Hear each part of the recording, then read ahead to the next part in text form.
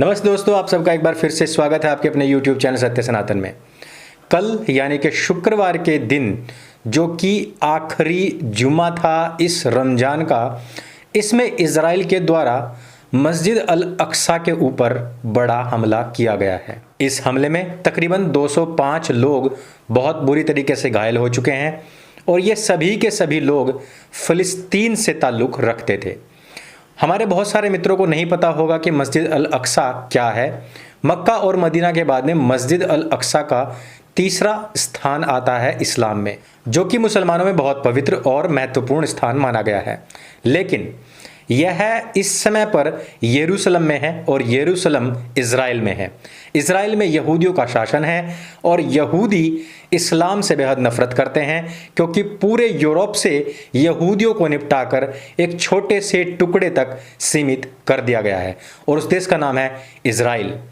दोस्तों, जुम्मे को बहुत महत्वपूर्ण माना गया है और उसमें भी मस्जिद अल अक्सा को और भी ज़्यादा महत्वपूर्ण, क्योंकि इज़राइल के चारों तरफ रहने वाले जितने भी मुस्लिम देश हैं वो इज़राइल को पूर्ण रूपेण समाप्त करना चाहते थे। यरूशलेम ईसाइयों, यहूदियों और मुसलमानों के लिए एक महत्वपूर्ण स्थान है।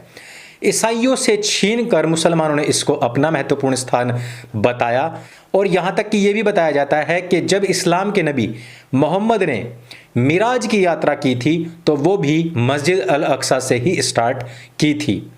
हालांकि इससे पहले यहूदियों का इस पर विशेष दबदबा था, स्थान था। उसके बाद में ईसाइयों का ये पवित्र स्थान बना। लेकिन जब मुसलमानों ने इसके ऊपर अपना हक जताया तो वहाँ पर किसी समावेशी भाव से नहीं, बल्कि वहाँ के यहूदियों और ईसाइयों को मारकर वहाँ से भगाया और अपना आधिपत्य जमा लिया था, जिसके बाद में यहूदियों ने इसको अपने अंडर में लिया और वहाँ पर पूर्ण रूपेण अपना अधिकार स्थापित कर लिया।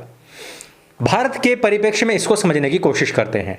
भारत में आपने अक्सर देखा होगा मुसलमान रोड, रेलवे ट्रैक, यहाँ तक कि एयरपोर्ट्स और अंदर जहाज़ों में घुसकर भी नमाज अदा करने से बाज नहीं आते हैं। हालांकि घूमते हुए जहाज़, चलती हुई ट्रेन और घूमते हुए वाहन किसी भी दिशा में जा सकते हैं और उससे इनकी मक्का की तरफ सिर करके जो नमाज पढ़ने की नई नवेली परंपरा है वो भी खंडित हो जाती है। लेकिन भारत में इसकी कोई प्रतिक्रिया नहीं दी जाती है। अक्सर आपने देखा होगा कि विक्टिम कार्ड खेलने में भारतीय मुसलमान सबसे आगे रहते हैं। अभी आपने देखा था कि किस प्रकार से जब सऊदी अरब से केवल 80 मीट्रिक टन ऑक्सीजन भारत में आई थी, उस समय पर मुसलमानों ने इसको ट्रेंड बना दिया था। विक्टिम कार्ड खेलते खेलते वो ये तक भूल गए थे कि भारत की प्रतिदिन की उत्पादन क्षमता ही 7000 मीट्रिक टन है। अकेले रिलायंस ही 1000 मीट्रिक टन बिल्कुल फ्री सभी हॉस्पिटल्स सरकारों राज्यों को दे रहा है, लेकिन उसका कोई गुण एहसान नहीं। 80 मीट्रिक टन जो कि हवा में उड़ जाए, जितनी की महाराष्ट्र में केवल लीक करके उड़ा दी गई, उसका गुणगान किया गया।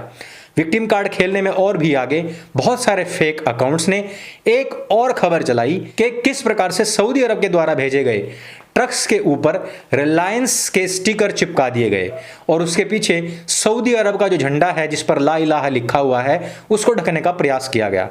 हालांकि जब फैक्ट चेक किया गया तो पाया गया कि ये ट्रक अब खाली हो चुके थे और क्योंकि इनका पूरा जितना भी भार था वो सब कुछ वहन रिलायंस ने किया था, अब उनको रिफिल किया जा रहा है, अलग अलग स्थानों पर भेजा जा रहा है। वो खाली जो खोखा जो डब्बा था अब उसको रिलायंस के टैग के साथ में ही यूज किया जाएगा, क्योंकि अब वो खाली ट्रक सऊदी अरब नहीं भेजे जा सकते थे।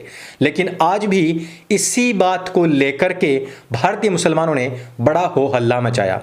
इसी विक्टिम कार्ड के चलते जब तृणमूल कांग्रेस के गुंडों ने हिंदुओं को मार पीट करके असम और झारखंड भगा दिया, तब भी यही कहा गया कि नहीं, तृणमूल कांग्रेस के कार्यकर्ताओं और मुसलमानों के ऊपर ही ज्यादतियां हो रही हैं।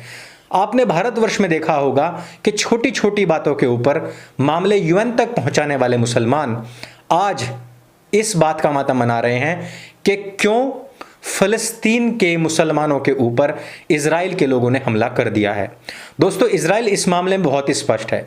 उसको अपनी कौम बचानी है और अपनी परंपराओं की रक्षा करनी है, अपनी जो मजहबी विचारधारा है उसकी रक्षा करनी है। भारतीय हिंदुओं की तरह ही वो भी कभी पूरे यूरोप पर शासन किया करते थे और करोड़ों की तादाद में थे।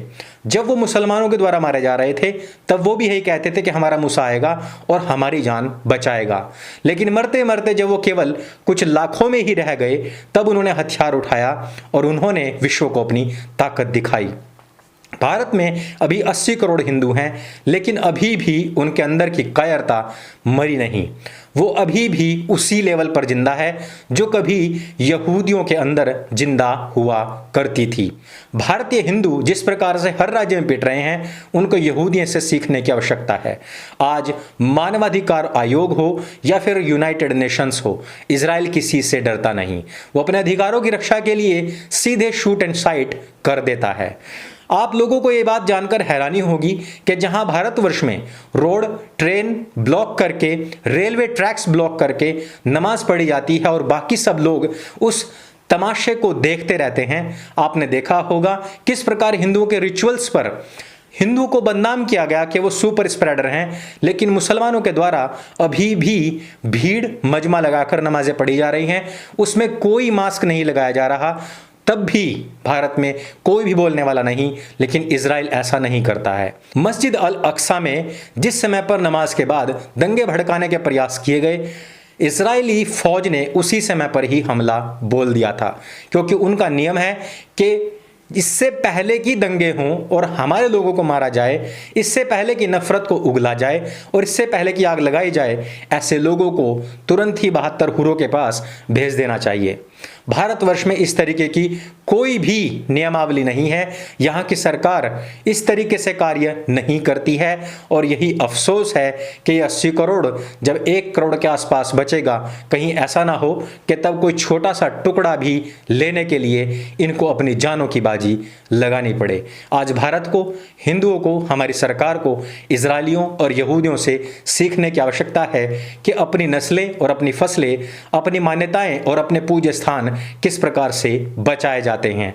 हालांकि यह कर्मफल सिद्धांत का ही एक छोटा सा परिणाम है कि पूरी दुनिया के अंदर अरबों लोगों को मौत के घाट उतारने वाले लोगों पर यदि छुटपुट कहीं पर कोई हमला हो भी जाए, वो भी दंगा भड़काते हुए, नफरत फैलाते हुए, तो उसमें कोई बड़ी बात नहीं। लेकिन यहूदियों से पूरे विश्व को ये संदेश मिलता है कि यहूदियों ने आखिरकार उस कल्ट को पहचान लिया जो पूरे विश्व के लिए घातक है।